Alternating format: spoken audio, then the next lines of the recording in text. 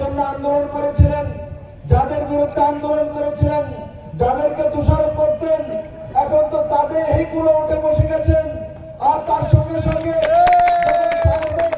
আমরা যাই, তখন আমরা দেখেছি যে কমিউনিস্ট থাকাকালীন সেখানে বীরচন্দ্র মনোদের শহীদ মিনার তৈরি আছে। যারা সাউথে গিয়েছে দেখেছে শহীদ মিনার। কংগ্রেস সিপিএম এর কমসে কম 30 থেকে 32 জন শহীদ হয়েছিল।